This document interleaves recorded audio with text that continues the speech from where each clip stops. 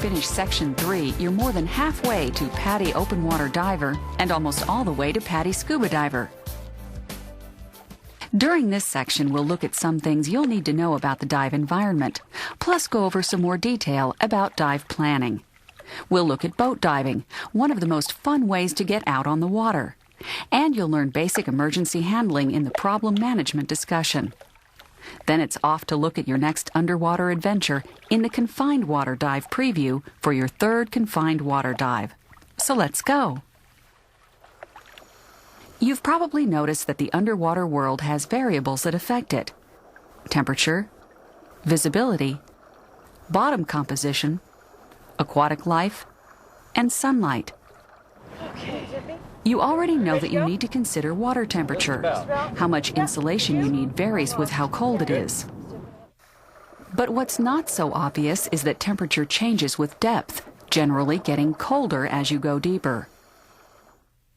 Different temperatures tend to form distinct layers, so in calm water you drop abruptly from warmer into cooler water. This is called a thermocline, and the difference above and below it can be as much as 8 to 11 degrees Celsius, 15 to 20 degrees Fahrenheit.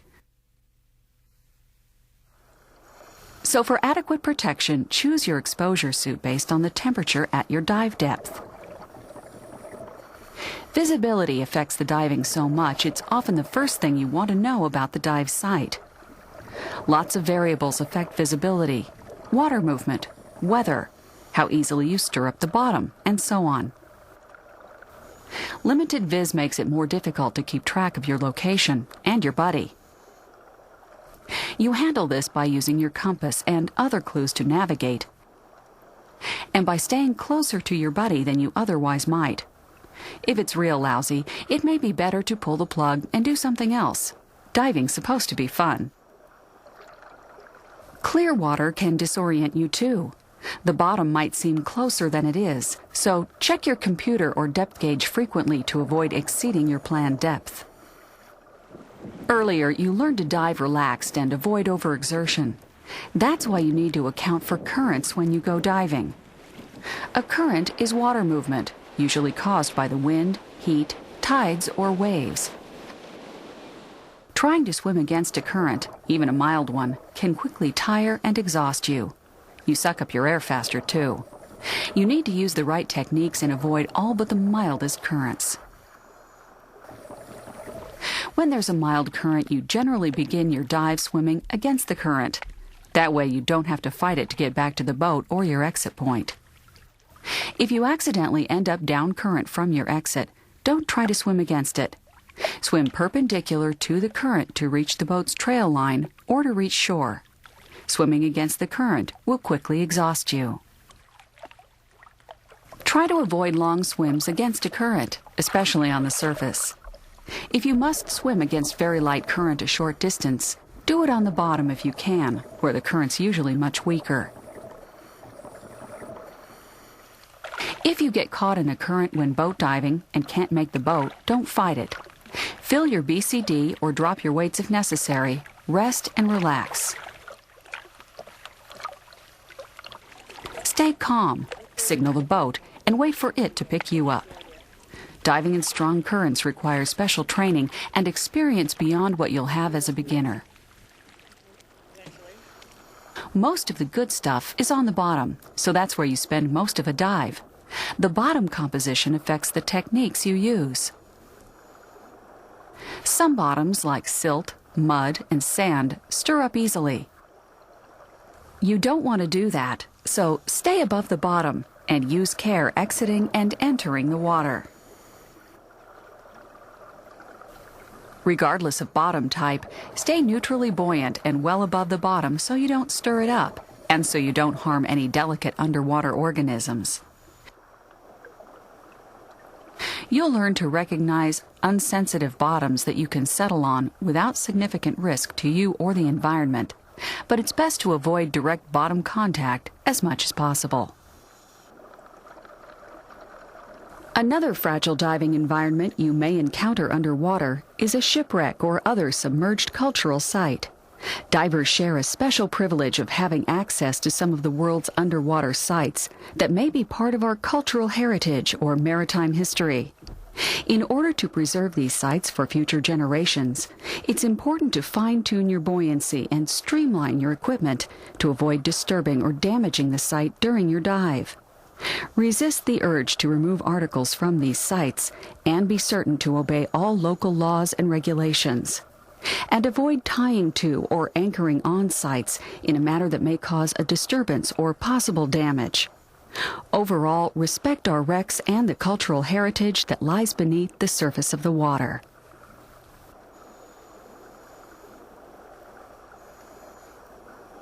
As a diver, you'll interact actively or passively with the aquatic life. Active implies physical contact, which, more often than not, is associated with harming organisms, like bumping coral or hunting for fish. Passive interaction, on the other hand, involves leaving organisms relatively undisturbed, like taking pictures or just watching. As you might imagine, responsible divers engage primarily in passive interaction with aquatic life. The typical aquatic animal's response to an approaching diver is to flee. The vast majority are timid and harmless. If you spot a potentially aggressive animal, remain still and calm on the bottom. Watch it, but don't swim toward it because that could trigger defensive behavior. Chances are it's just passing through. Enjoy the view because you don't get to see these creatures often.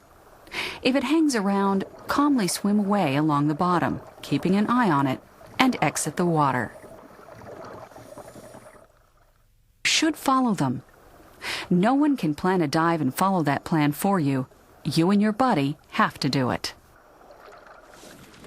Although there's a lot of good diving from shore, if you're a diver, you're going to spend time on boats.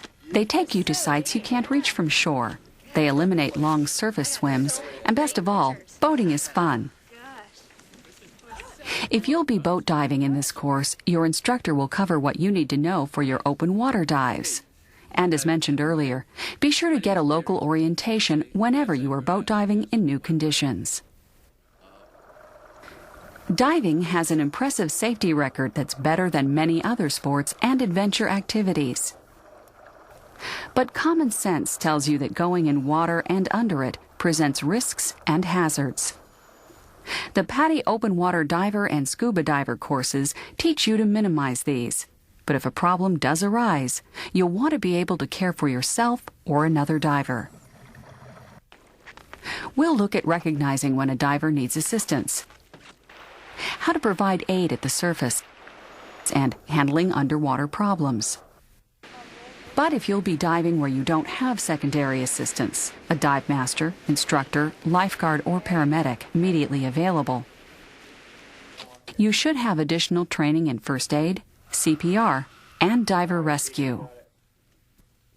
The Emergency First Response, Primary and Secondary Care, and the PADI Rescue Diver courses provide these, expanding and refining your problem prevention and management skills.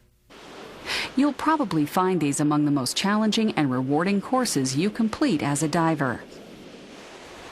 For now, focus on problem prevention and be prepared with emergency contact information such as local paramedics and police, radio frequencies for the Coast Guard, and contact information for the local diving emergency service, such as the Divers Alert Network. If there's no service where you're diving, then have contact information for the nearest recompression chamber. In any case, carry a mobile telephone, radio, change for a payphone, or some other way to contact help. Your instructor will provide information for your area.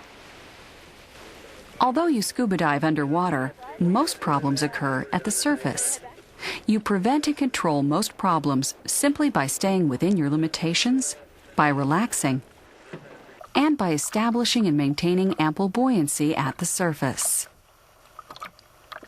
The first thing to do if you have a problem at the surface is to get buoyant if you're not already. Let your equipment work for you. Don't waste energy and exhaust yourself trying to stay up.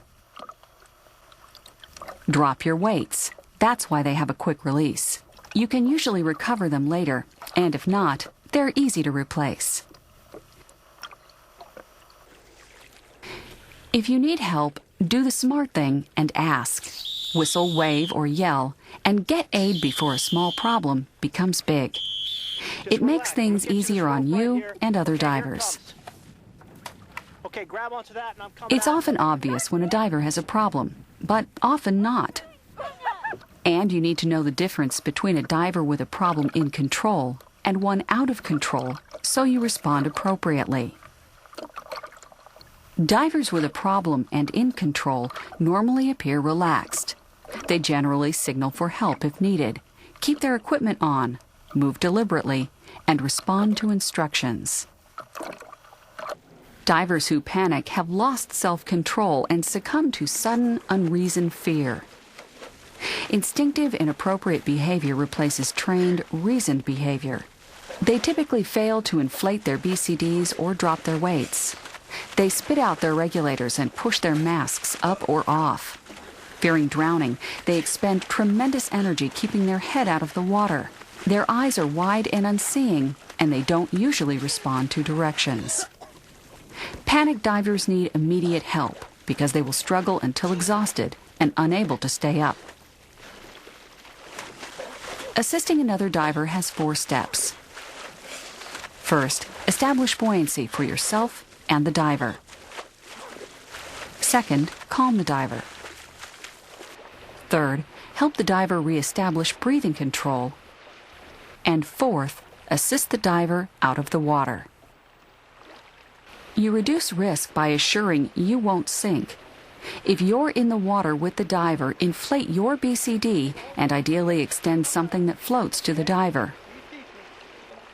If you're out of the water, stay there. Extend or throw flotation to the diver. If you don't have anything to give the diver, inflate his BCD or drop his weights, or both. Once buoyant, the diver will probably relax a bit. Talk to him and encourage him to breathe slowly and deeply. Then, if necessary, assist him out of the water. You'll practice towing another diver in your 3rd confined water dive. You prevent most underwater problems by relaxing while you dive, keeping a close eye on your SPG and staying within your limits.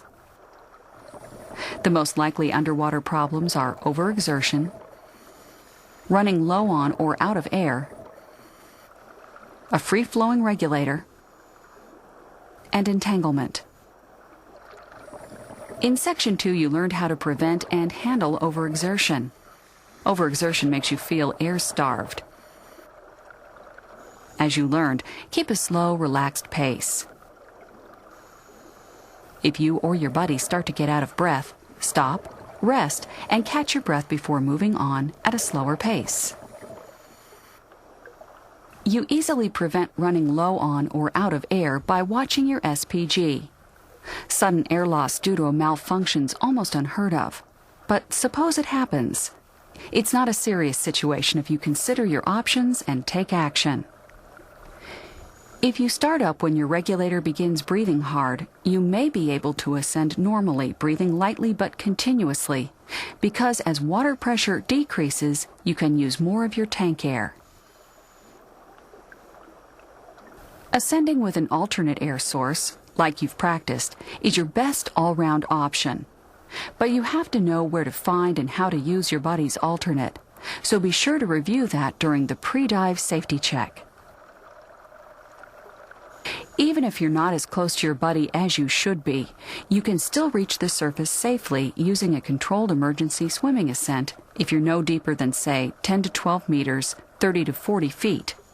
Simply look up, reach up, and swim up, keeping all your gear in place and making an ah sound, so you exhale all the way to the surface to prevent lung overexpansion injury. If you're too deep for a controlled emergency ascent and too far from your buddy to use his alternate, make a buoyant emergency ascent. Drop your weights, then ascend looking and reaching up while making an ah sound all the way to the surface. You'll exceed a safe ascent rate, so use this as a last resort if it's the only way to reach the surface. When you reach the surface following a low air or out of air emergency, you'll need to inflate your BCD orally or drop your weights to establish buoyancy. Today's regulators are very reliable and designed for fail-safe malfunctions that usually provide continuous air, free flow, rather than cut off your air. You can breathe from a free-flowing regulator, and you'll learn how in your next confined water dive.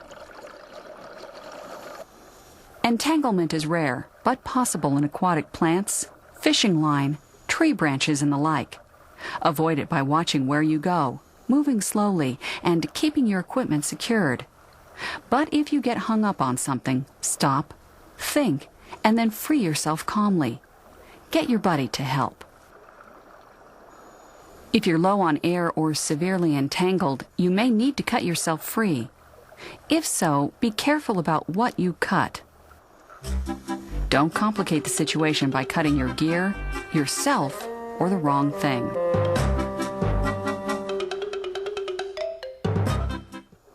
With tough rope or cable, cutting may be slower than disentangling. Do what's fastest. Swallowing water, extreme fatigue, entanglement, lung overexpansion, and other incidents can cause near drowning, becoming unresponsive and stopping breathing underwater. Near drowning requires an immediate response. The primary concern is to check for breathing and begin rescue breaths if the diver isn't breathing.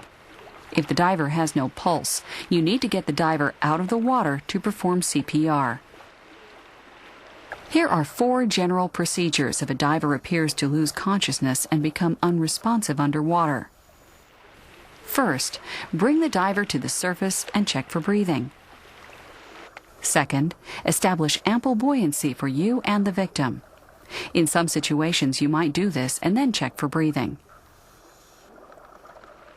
Third, call for assistance as needed and available. Finally, help get the diver out of the water.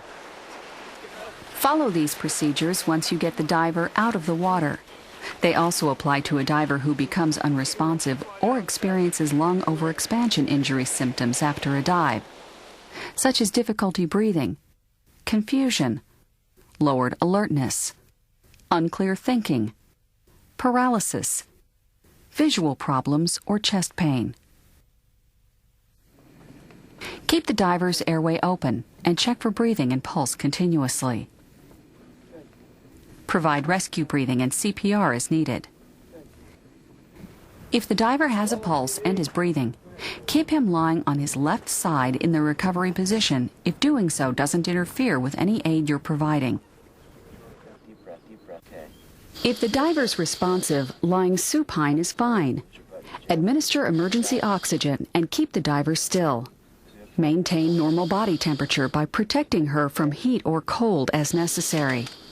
Get emergency medical assistance. And if someone cannot go with the diver to medical treatment, write down as much background information as possible and send it with the diver. Time to dive again. Let's look at the fun you'll have in Confined Water Dive 3. By now you're aware that you use neutral buoyancy to dive relaxed, maneuver easily, ascend under control, and so on. During this dive, you'll practice the fin pivot, which develops your ability to fine-tune your buoyancy. And you'll do this by inflating your BCD orally as well as with your low-pressure inflator. You might do this after disconnecting a leaking inflator. Take a breath, switch to the BCD hose, and blow about 2/3 of your breath into it. Save enough to clear the regulator, and remember, blow bubbles when the regulator's out of your mouth. You might need to do this a few times. To fin pivot, lie face down, breathing slowly and deeply. Add air in short bursts to your BCD, or 1 breath at a time if you're inflating orally. Then inhale to see if you rise off the bottom. Gradually add air until you pivot up when you inhale and down when you exhale. This means you're neutrally buoyant. Some divers need to pivot on their knees or other body point, which is okay, but fin tips are best. By the way, if you're using a dry suit, your instructor will have you adjust it, not your BCD, to set your buoyancy. Once you're neutral, you'll notice your buoyancy changes with depth changes because the air in your BCD or dry suit expands or compresses. To maintain neutral buoyancy, add air as you go deeper and release air as you ascend. During your open water dives, to prevent an uncontrolled ascent, you release air from your BCD frequently as you go up. After you're neutral, your instructor will let you practice swimming around, adjusting your buoyancy. Pretend you're swimming over sensitive reef and try to keep from touching the bottom. This gets you ready for diving on a real reef. A cramp is a painful, involuntary muscle contraction. This can happen due to dehydration, cold, restricted circulation, wrong fin size, and working a muscle beyond its fitness level. It hurts, but it's easy to handle. Stop and rest the cramped muscle, gently stretching and massaging it. You can stretch out a leg cramp by pulling your fin tip, or by having your buddy brace your foot to push against. After relieving it, rest a few moments before resuming at a reduced pace. Sometimes a buddy's too tired or has severe cramps and can't swim effectively. Help out by getting both of you positively buoyant, then using the tired diver push, sometimes called the modified tired swimmer carry, which is simply a way to give the diver a push. Or you can assist by pulling with the tank valve toe. You'll practice both.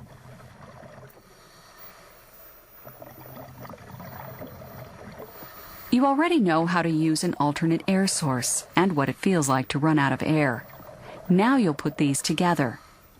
Your instructor will turn off your air just like before. When you feel it's hard to breathe, signal and secure your buddy's alternate.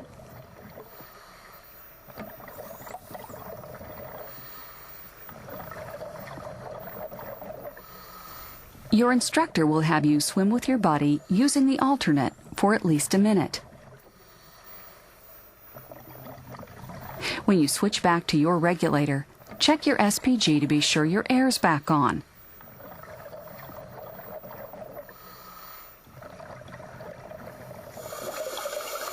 Remember that a regulator malfunction is most likely to make it free flow. Now you'll practice breathing from a free-flowing regulator. You'll hold the purge button in to simulate the malfunction. Hold the mouthpiece near your mouth, but do not insert it fully. Let the excess escape while you sip the air you need. The flow may jostle and flood your mask a bit, but no worries. After you're done, which will be at least 30 seconds, check your SPG. You may be astonished just how much air you burn that quick. Recall that one option in a low or out-of-air emergency as deep as about 10 to 12 meters, 30 to 40 feet, is a controlled emergency swimming ascent. You'll practice this during this confined water dive, but since you won't be as deep as that, you'll practice horizontally. In open water, you'd reach up and look up, so for horizontal practice, you'll look and reach ahead. Then, keeping all your gear in place, you swim while exhaling continuously with an ah sound, so you don't hold your breath and risk lung overexpansion injury. For horizontal practice, you'll swim about 9 meters, 30 feet. After you get it down horizontally, your instructor may have you practice diagonally from the deeper to shallower water. And you'll find that when you do this for real during your open water dives, it's easier than going horizontally.